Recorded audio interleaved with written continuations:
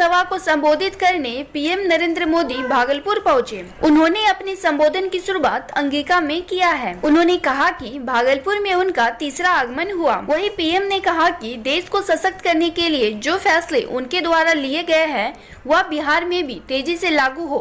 इसके लिए सीएम नीतीश के नेतृत्व में एनडीए की सरकार बनना अति आवश्यक है। पीएम ने अपने संबोधन में राम मंदिर का निर्माण शुरू होने, जम्मू कश्मीर में धारा 370 को हटाने, सीमा विवाद सहित अन्य कई मुद्दों पर अपनी बातों को रखते हुए कहा कि विपक्ष इसका विरोध कर अपनी कुनीति को प्रदर्शित कर रहा है। इन्हें जन सरोकार से कोई लेना देना नहीं है, बल्कि ये लोग किसी प्रकार सत्ता को हथियाकर सत्ता सुख भोगना चाहते हैं। पीएम ने कहा कि सुप्रीम कोर्ट ने राम मंदिर के निर्माण का आदेश दिया, यानी कि मंदिर के पक्ष में अपना फैसला दिया, लेकिन विपक्ष को ये भी नागवार लगा। जबकि पीएम के संबोधन के ठीक पहले सीएम नीतीश कुमार ने अपने संबोधन में कहा कि भागलपुर में असहनीय दंगा में आरोपियों को सलाखों में भेजकर उन्होंने पीड़ित परिवारों को मुआवजा भी दिया। भारत आत्मनिर्भर बनने के लिए प्रतिबद्ध है। बिहार आत्मनिर्भरता के संकल्प के साथ आगे बढ़ रहा है। अगर बिहार में विरोध और अवरोध को जरा भी मौका मिला तो बिहार की गति और प्रगति दोनों धीमी पड़ जाए।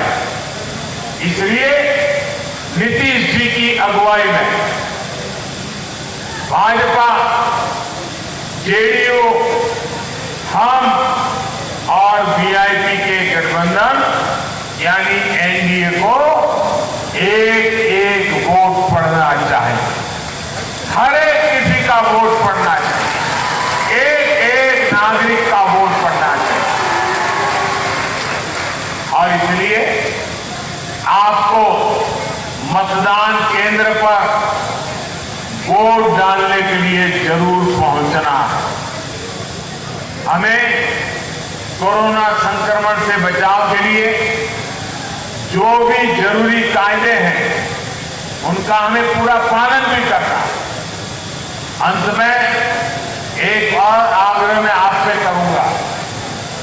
त्योहारों का सीजन है, इसलिए जो भी खरीदारी आप करेंगे अधिक से अधिक लोकल खरीदेंगे।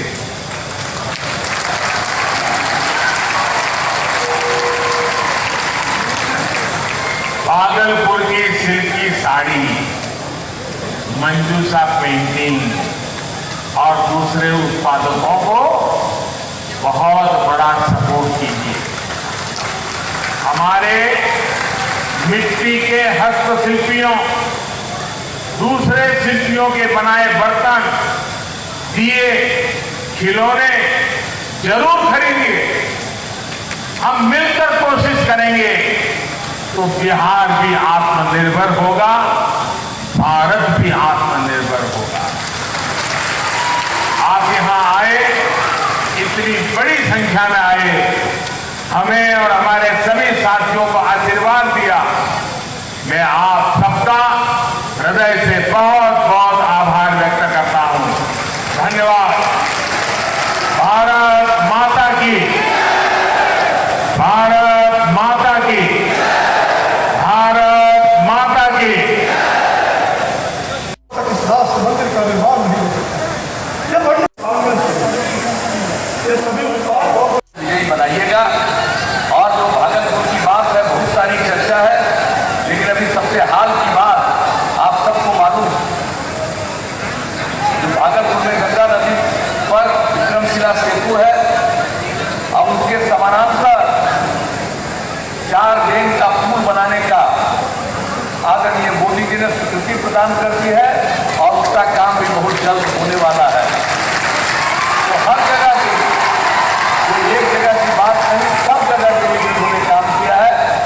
हम सब इनका अभिनंदन करते हैं और हम लोग बिहार के लिए भी जो सेवा करने की कोशिश कर रहे हैं वो सब आपके बीच में है।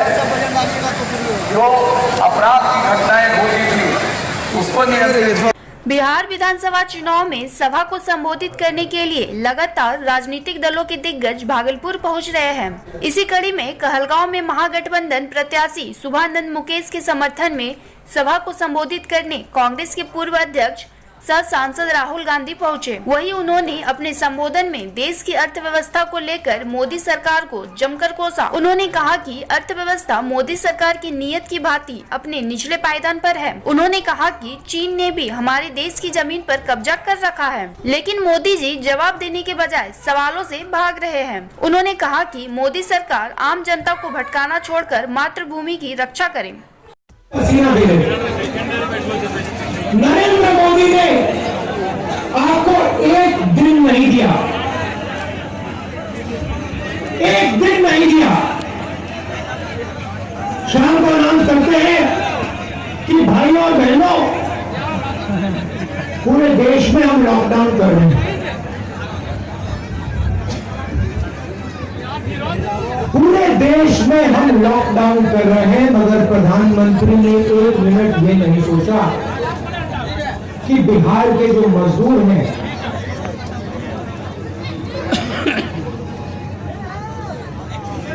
उनको पैसा कहां से मिलेगा, उनको खाना कहां से मिलेगा, उनको पीने का पानी कहां से मिलेगा। मुंगेर के मुफस्सिल थाना क्षेत्र अंतर्गत सीताचरण घाट के समीप पुलिस ने 2 हथियार तस्करों को गिरफ्तार कर लिया है। वहीं इस बारे में एसपी लिपि सिंह ने बताया कि पुलिस को हथियार तस्करी की गोपनीय जानकारी मिली थी, जिसके आधार पर पुलिस ने कार्रवाई करते हुए मोहम्मद रेहम उर्फ बिट्टू और मोहम्मद गुलफाम उर्फ क्रांति को गिरफ्तार कर लिया है। इसके साथ ही पुलिस ने इन तस्करों के पास से भारी संख्या में हथियार भी बरामद किया है। मुंगेर से कैथन टीवी नेटवर्क ग्रुप के लिए जिला चीफ ब्यूरो रोहित कुमार की खास रिपोर्ट।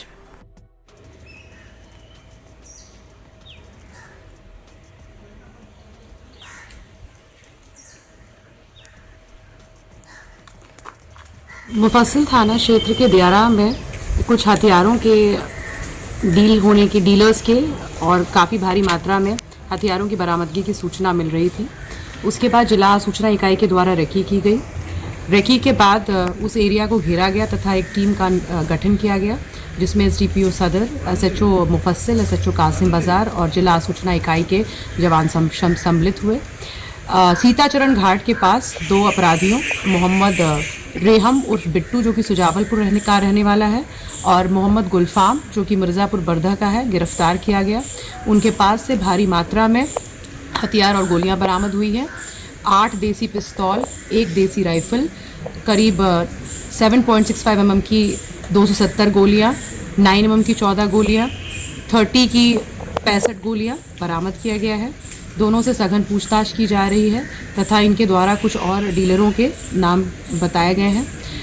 मोहम्मद रेहम उर्फ बिट्टू ने बताया कि ये गोलियां वो खगड़िया ज़िले से लाया था और उसको डंप करना था और दियारा को ये एज एन इंटरमीडियरी यूज़ कर रहा था। क्योंकि सूचना पहले ही मिल गई तो हम लोगों ने उन लोगों को एप्रीहेंड कर लिया, जिससे कि एक बड़ी जो हथियारों की डील होनी थी उसको हम लोग ने प्रिवेंट किया। उत्तर प्रदेश में कन्नौज के इंदरगढ़ थाना परिसर में मिशन शक्ति महिला सशक्तिकरण के अंतर्गत महिलाओं को जागरूक किया गया। वहीं इस दौरान पूर्व से गठित एंटी रोमियो टीम के सुचारू रूप से संचालन के लिए महिला हेल्पलाइन नंबर भी जारी किया गया। इसी कड़ी में महिला हेल्पलाइन नंबर 1090 1098 181 पर महिला फोन कर सकती है। यूपी के कन्नौज से कैथन टीवी नेटवर्क ग्रुप के लिए जिला चीफ ब्यूरो शिवा पटेल की खास रिपोर्ट। आज प्रदेश के सभी थानों में महिला हेल्प डेस्क का शुभारंभ हुआ और इस कार्यक्रम के तहत जनपद कन्नौज में भी जो हमारे 10 थाने हैं, महिला थाने समेत सभी में महिला हेल्प डेस्क की शुरुआत की गई है। ये महिलाओं के लिए एक्सक्लूसिव प्लेटफॉर्म है। यहाँ पे महिलाओं की बैठने की व्यवस्था, पानी की व्यवस्था, उनको शिकायत सुनने के लिए सुनने के बाद उनको पर्ची देने की व्यवस्था और महिला संबंधी जितने प्रकरण हैं वो सब कंप्यूटर में फीड करने की व्यवस्था कराई जा रही है। और प्रत्येक थाने से इसमें प्रतिदिन महिला हेल्प डेस्क पे हमारे महिला पुलिसकर्मी तैनात रहेंगे जो उनकी समस्याओं को सुनेंगे और निवारण करेंगे। ये सभी थानों में ये कार्यक्रम आज हुआ है और हमारे एडिशनल एसपी गुरसहायगंज में हैं, यहाँ के सीओ सिटी महिला थाने में है, सीओ तिरवा जो है इस कार्यक्रम में तिरवा में है, और सीओ छिबरामऊ में है थाने पर। तो इस प्रकार से जो प्रदेश भर में ये कार्यक्रम चल रहा है, ये हमारा जनपद और हमारे सभी थाने आज इसमें शामिल हुए हैं और इसमें सभी थानों पर हेल्प डेस्क की शुरुआत हो गई। सर, महिला हेल्प डेस्क के अलावा ऐसे कौन कौन से कदम उठाए जा रहे हैं जो महिला सशक्तिकरण को लेकर, जो महिलाओं के लिए अच्छे हैं? देखिए, महिला सशक्तिकरण एक बहुत बड़ा विषय है, लेकिन जहाँ तक पुलिस का प्रश्न है, हम लोग महिलाओं को सुरक्षा प्रदान करना हमारा परम दायित्व है, ताकि महिलाएं जब भी तरक्की तभी करेंगी जब घर से बाहर निकलेंगी, और तरक्की कर भी रही हैं, घर से बाहर निकल रही हैं। तो जो बच्चियां पढ़ने से लेकर के और काम करने तक जो घर से बाहर निकल रही हैं, तो उनको किसी तरह की कोई तकलीफ़ ना हो, इसके लिए हम लोग व्यवस्था कर रहे हैं और हमारी पुलिस चौकसी कर रही है। यहाँ कोतवाली में हमारे पास आपको पता है कि 2 PRV ऐसी है जिसमें हमारी महिला पुलिसकर्मी तैनात रहती हैं, और जब अगर महिला संबंधी कोई समस्या रात्रि में भी आती है तो उसके निवारण के लिए जो हमारी PRV है महिला संबंधी, वो जा कर के उसको टैकल करती है और समस्या का निराकरण कराती है। इसके अलावा जनपद में 1 स्टॉप सेंटर है, और हम लोग जो पारिवारिक मसले आते हैं उसके निराकरण के लिए हमारे यहाँ नई किरण है, उसमें बहुत सराहनीय कार्य होता है। और जो पति पत्नी के विवाद हैं, जहाँ महिलाओं पे अत्याचार होता है, तो उनमें सुनवाई करके और सुलह समझौते के आधार पर जो हमारे परामर्श देने वाले लोग हैं वो उसमें उसके परिवार को बिखरने से बचाते हैं। तो इस प्रकार कई तरह से महिलाओं की सुरक्षा के लिए शिविर भी आयोजित हो रहा है। हाँ बिल्कुल, अभी जैसे महिलाओं को जागृत करने के लिए जगह जगह पे जो हमारी एंटी रोमियो स्क्वाड है वो सक्रिय होकर के उनको कानून की जानकारी दे रही है और सुरक्षा संबंधी टिप्स दे रहे हैं। स्कूलों में, विद्यालयों में जहाँ बच्चियाँ पढ़ने आती हैं तो वहाँ भी हम लोग बच्चियों को एकत्रित करके ये काम कर रहे हैं। साथ साथ जो पूजा पंडाल और जहाँ पे मार्केट वगैरह है तो वहाँ पर भी महिलाओं की सुरक्षा के खास प्रबंध किए गए हैं।